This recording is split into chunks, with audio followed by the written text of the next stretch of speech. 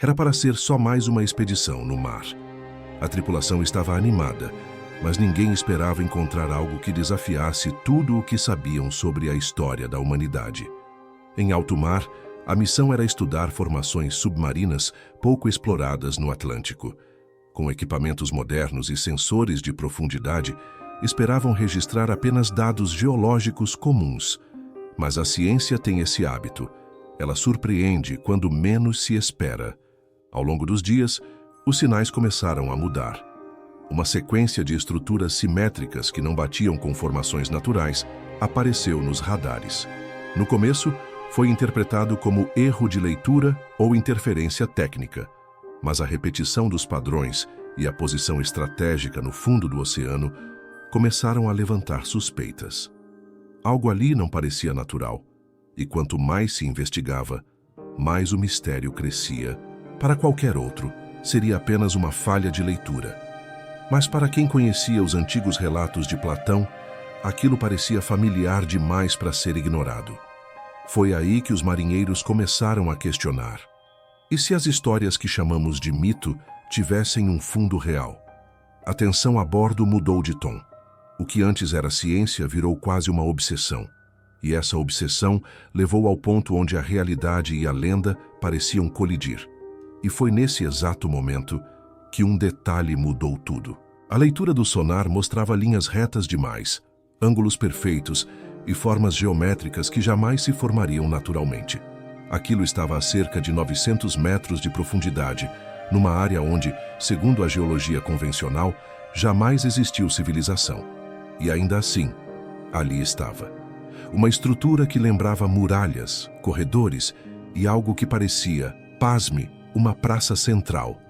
O capitão da missão, experiente e cético, ficou em silêncio por longos minutos. Depois ordenou mais uma varredura e ela confirmou o impossível. As imagens captadas deixaram a equipe boquiaberta. Colunas quebradas, simetria nos blocos, degraus largos cobertos por sedimentos e algas. Era como olhar para uma cidade engolida pelo tempo. Um dos pesquisadores comentou que aquilo parecia um sítio arqueológico perdido no tempo, mas debaixo do mar. A frase ecoou no navio como um sussurro perigoso. Porque todos ali sabiam o que isso poderia significar, mas ninguém queria ser o primeiro a dizer. Só que um dos jovens cientistas não resistiu. Isso parece Atlântida. O silêncio que se seguiu foi mais alto que qualquer motor da embarcação. É claro que ninguém queria soar ridículo. Afinal, quem leva a sério uma cidade lendária que supostamente desapareceu há 12 mil anos? Mas aquela anomalia, tão sólida, tão real, forçava até os mais céticos a reconsiderar. E é aí que as perguntas começaram a surgir. Se aquilo era mesmo o que parecia, por que ninguém falou sobre isso antes? Essa talvez seja a pergunta mais incômoda de todas. Por que uma descoberta tão absurda, tão potencialmente transformadora, simplesmente não está nos jornais, nos livros, nas salas de aula? A resposta, como em muitos casos históricos, envolve uma mistura de descrença, burocracia, medo de represálias acadêmicas e, claro, interesses maiores. Sim, interesses. Porque mexer com uma narrativa histórica consolidada é como cutucar um vespeiro. Sempre há quem perca com a verdade.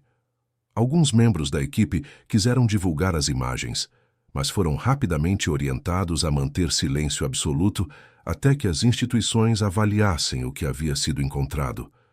O material foi enviado para análise e, segundo relatos internos, desapareceu em poucos dias. A desculpa? Erro de documentação. Um clássico. Desde então, os registros daquela expedição sumiram das bases públicas. Só se encontra alguma coisa vasculhando fóruns obscuros, arquivos vazados ou entrevistas antigas em programas alternativos. E o mais estranho? Vários dos envolvidos mudaram de área, se afastaram da vida pública ou simplesmente sumiram. Coincidência? Talvez. Mas é difícil acreditar que um grupo de cientistas empolgados simplesmente deixaria uma descoberta dessas para lá sem motivo algum. Isso levanta uma nova dúvida. E se não foi só descaso? E se alguém em algum lugar realmente não queria que o mundo soubesse que Atlântida quase foi reencontrada? Porque se isso for verdade, O que mais está sendo escondido? Platão não era um escritor de ficção. Quando ele descreveu Atlântida, falava de uma civilização avançada, organizada, rica em conhecimento e capaz de feitos arquitetônicos impressionantes. Tudo isso baseado, segundo ele, em histórias que vinham do Egito Antigo. A maioria dos historiadores considerou isso como alegoria, uma metáfora filosófica sobre o orgulho humano. Mas e se, na verdade, ele estivesse apenas relatando o que sabia? E se Platão tivesse acesso a registros reais que hoje estão perdidos? O que mais chama a atenção é o nível de detalhe nas descrições. Canais circulares, muralhas revestidas de metais raros, tecnologia incompreensível para a época. Tudo isso batia assustadoramente com o que foi registrado pelos sensores da expedição. Não era só a arquitetura, era a localização, o formato, até mesmo o tipo de solo que parecia diferente do comum. Aquilo não podia ser coincidência. Era como se alguém tivesse seguido as coordenadas do filósofo e chegado lá. E isso muda o jogo, porque se Platão estava certo, quem mais falou a verdade foi desacreditado. Será que outras lendas também estão só esperando alguém ousar investigar mais a fundo? Esse momento acendeu algo na equipe, uma espécie de urgência silenciosa. Era como se todos soubessem que estavam perto de algo grandioso e que o tempo para agir estava se esgotando. Porque o que viria depois era ainda mais perturbador. As imagens da estrutura submersa continuaram sendo analisadas em silêncio.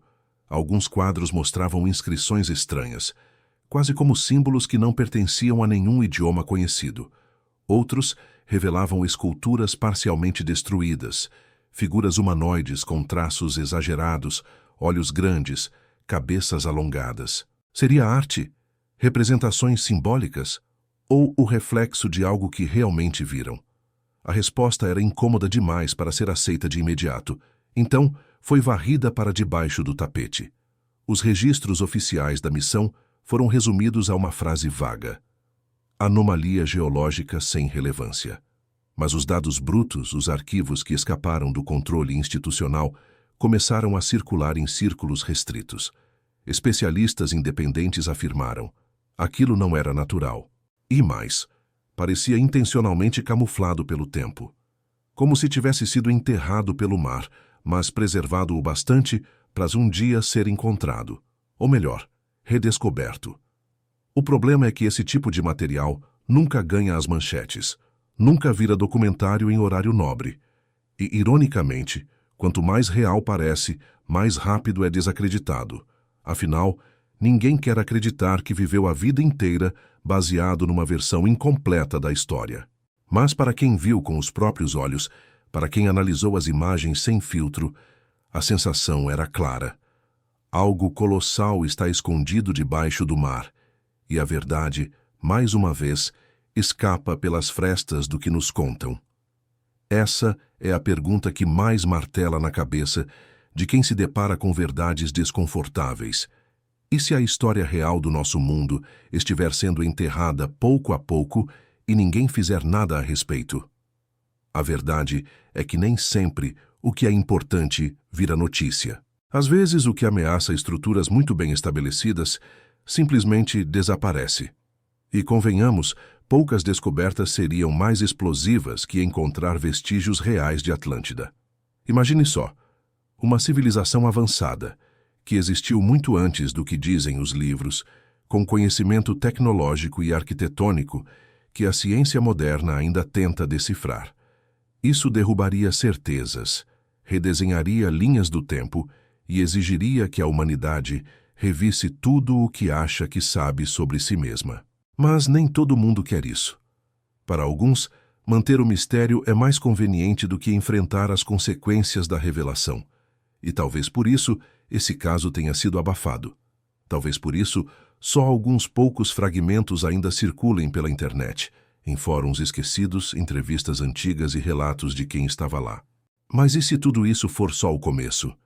E se essa quase descoberta tiver sido apenas um aviso de que há muito mais por vir e que a verdade cedo ou tarde vai emergir? Porque se há algo que a história nos ensina, é que segredos enterrados não ficam escondidos para sempre.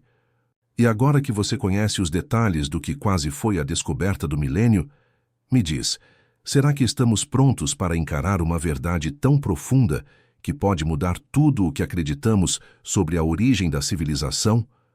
Ou será que ainda preferimos o conforto das histórias prontas, que não provocam, que não incomodam? Se a Atlântida realmente deixou rastros, e se esses rastros estão sendo apagados, a pergunta que fica é: por quê?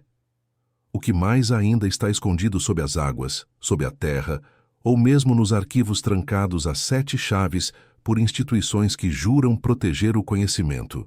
E aí, será que você também sente que chegou a hora de questionar, de investigar por conta própria e não aceitar qualquer versão como absoluta? Se sim, deixa o like, comenta aqui embaixo o que você acha sobre essa quase descoberta e se inscreve no canal. Ativa o sininho porque nos próximos vídeos vamos mergulhar ainda mais fundo em verdades que ninguém quer contar.